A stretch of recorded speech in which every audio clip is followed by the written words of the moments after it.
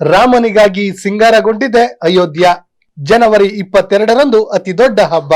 ಅಯೋಧ್ಯೆಯಲ್ಲಿ ಶುರುವಾಗಿದೆ ರಾಮಜಪ. ಇಡೀ ದೇಶವೇ ಅಮೃತ ಗಳಿಗೆಗಾಗಿ ಕಾಯುತ್ತಿರುವ ರಾಮ ಮಂದಿರದ ಉದ್ಘಾಟನೆಗೆ ಕ್ಷಣಗಣನೆ ಆರಂಭವಾಗಿದೆ. ದೇಶದಾದ್ಯಂತ ರಾಮ ಭಕ್ತರು ತುದಿಗಾಲಿನಲ್ಲಿ ನಿಂತಿದ್ದಾರೆ. ಕೇವಲ ಭಾರತವಷ್ಟೇ ಅಲ್ಲ, ಇಡೀ ವಿಶ್ವದಲ್ಲಿಯೇ ಸಂಭ್ರಮಾಚರಣೆಗೆ ಇನ್ನಿಲ್ಲದ ಸಿದ್ಧತೆಗಳು ನಡೆದಿವೆ. ಇದಕ್ಕಾಗಿ ಅಯೋಧ್ಯೆ ಒಂದು ರೀತಿ ಮಧುವಣಗಿತ್ತಿಯಂತೆ ಸಿದ್ಧವಾಗಿ ನಿಂತಿದೆ. ಇದಕ್ಕಾಗಿ ದೇಶದ ಮೂಲೆ ಮೂಲೆಯಿಂದ ಗಣ್ಯಾತಿ ಗಣ್ಯರು ಆಗಮಿಸುತ್ತಿದ್ದಾರೆ. ಇದರ ನಡುವೆ ಇದೀಗ ಜನವರಿ 22ರಂದು ರಾಮ ಮಂದಿರದ ಉದ್ಘಾಟನೆ ಆಗಲಿದೆ. ಅಷ್ಟಕ್ಕೂ ಈ 22ರಂದೇ ರಾಮ ಮಂದಿರದ ಉದ್ಘಾಟನೆ ಮಾಡ್ತಿರೋದು ಯಾಕೆ? ರಾಮ ಮಂದಿರದ ಉದ್ಘಾಟನೆ ದಿನ ಏನೆಲ್ಲ ಸಿದ್ಧತೆಗಳು ನಡೆದಿವೆ, ಯಾವ ರೀತಿಯ ಭದ್ರತೆ ಇದೆ, ಅದೆಲ್ಲವನ್ನ ನಿಮ್ಮ ಮುಂದೆ ತರುವಂತ ಕೆಲಸವನ್ನ ನಾವು ಮಾಡ್ತೀವಿ. ಸ್ನೇಹಿತರೆ, ಅಯೋಧ್ಯೆ ಮಧುವಣಗಿತ್ತಿಯಂತೆ ತಯಾರಾಗಿದೆ. ಅಲ್ಲಿ ಬರೀ ಸಡಗರ ಸಂಭ್ರಮಗಳು ಮಾತ್ರ ಮನೆ ಮಾಡಿವೆ. 5 ಶತಮಾನಗಳ ಬಳಿಕ ಇದೀಗ ಅಯೋಧ್ಯೆಯ ಶಾಪ ಮುಕ್ತವಾಗಿದೆ.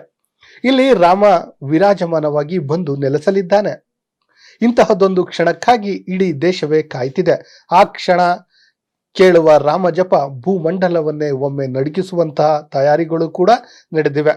ಅದಕ್ಕಾಗಿ ಅಯೋಧ್ಯೆ ಅಕ್ಷರಶಃ ಮಧುವಣಗಿತ್ತಿಯಂತೆ ಸಿದ್ಧವಾಗಿದೆ.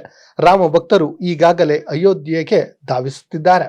ಈಗಾಗಲೇ 16ನೇ ತಾರೀಕಿನಿಂದಲೇ ಪೂಜಾ ಕಾರ್ಯಕ್ರಮಗಳು ಶುರುವಾಗಿದ್ದು, ದಿನದಿಂದ ದಿನಕ್ಕೆ ಪೂಜಾ ಕಾರ್ಯಕ್ರಮಗಳನ್ನ ಮಾಡುತ್ತಲೇ ಇರಲಾಗಿದೆ.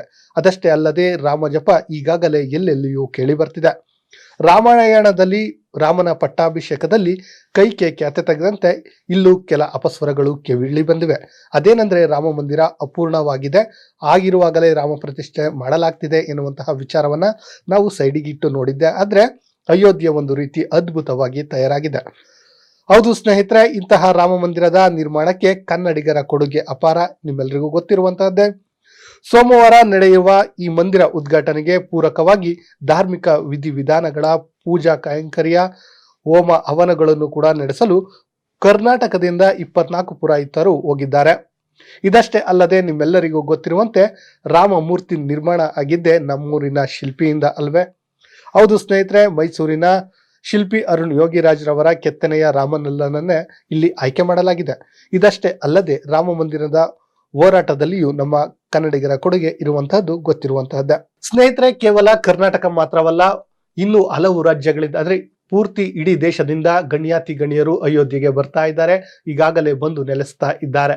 ಅದರಲ್ಲೂ ಕೂಡ ಪ್ರಮುಖ ನಮ್ಮ ದಕ್ಷಿಣ ಭಾರತದ ಪ್ರಮುಖ ನಟರೆನಿಸಿಕೊಂಡಿರುವಂತಹ ಹಲವರಿಗೂ ಆಹ್ವಾನ ಸಿಕ್ಕಿದೆ. ಮಾನ್ಯ ಮಠ ಸ್ವಾಮೀಜಿಗಳಿಗೂ ಕೂಡ ಆಹ್ವಾನ ಸಿಕ್ಕಿದೆ.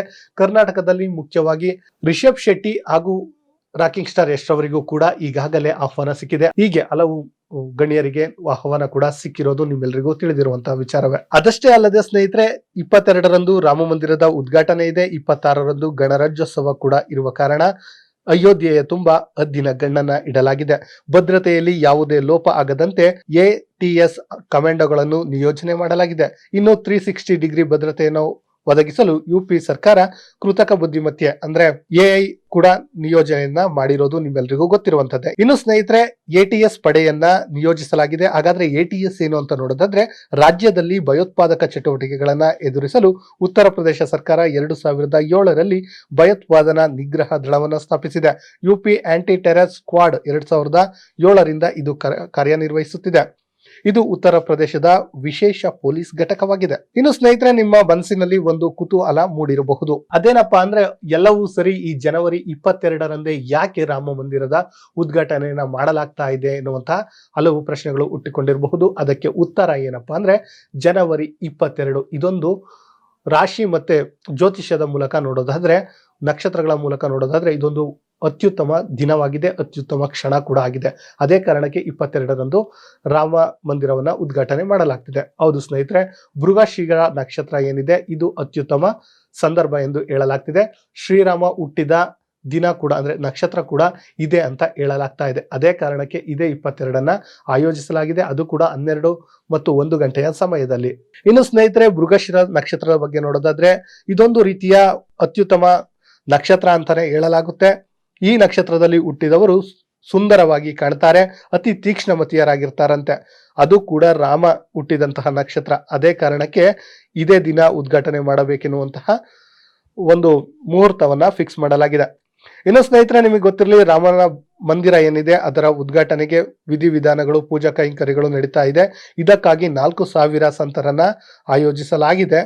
ಅದರಲ್ಲಿ ಮುಖ್ಯವಾಗಿ ಕಾಶಿಯ ಹಿರಿಯ ಸಂತ ಲಕ್ಷ್ಮೀ ಕಾಂತ್ ದೀಕ್ಷಿತ್ ಏನಿದ್ದಾರೆ ಅವರು ಪ್ರಾಣ ಪ್ರತಿಷ್ಠೆಯನ್ನ ಮಾಡಲಿದ್ದಾರೆ. ಇನ್ನು ಸ್ನೇಹಿತರೆ, 16ರಿಂದಲೇ ಈಗ ಆಲ್ರೆಡಿ ರೆಡಿ ಆಗಿದೆ, ಅಂದ್ರೆ ಪೂಜಾ ಕೈಂಕರ್ಯಗಳು ನಡೀತಾ ಇದೆ, ಈಗಲೂ ಕೂಡ ನಡೀತಾ ಇದೆ. ಇನ್ನೇನು ಕ್ಷಣಗಣನೆ ಆರಂಭವಾಗಿದ್ದು 22ರಂದು ರಾಮ ಮಂದಿರದ ಉದ್ಘಾಟನೆ ಆಗಲಿದೆ. ಒಟ್ಟಿನಲ್ಲಿ ಸ್ನೇಹಿತರೆ, ಹೇಳೋದಾದ್ರೆ ಇದೀಗ ಅಯೋಧ್ಯೆ ರಾಮ ಮಂದಿರ ಏನಿದೆ ಒಂದು ರೀತಿಯ ಧಾರ್ಮಿಕ ಸ್ವರ್ಗವಾಗಿ ಪರಿವರ್ತನೆಯಾಗಿದೆ.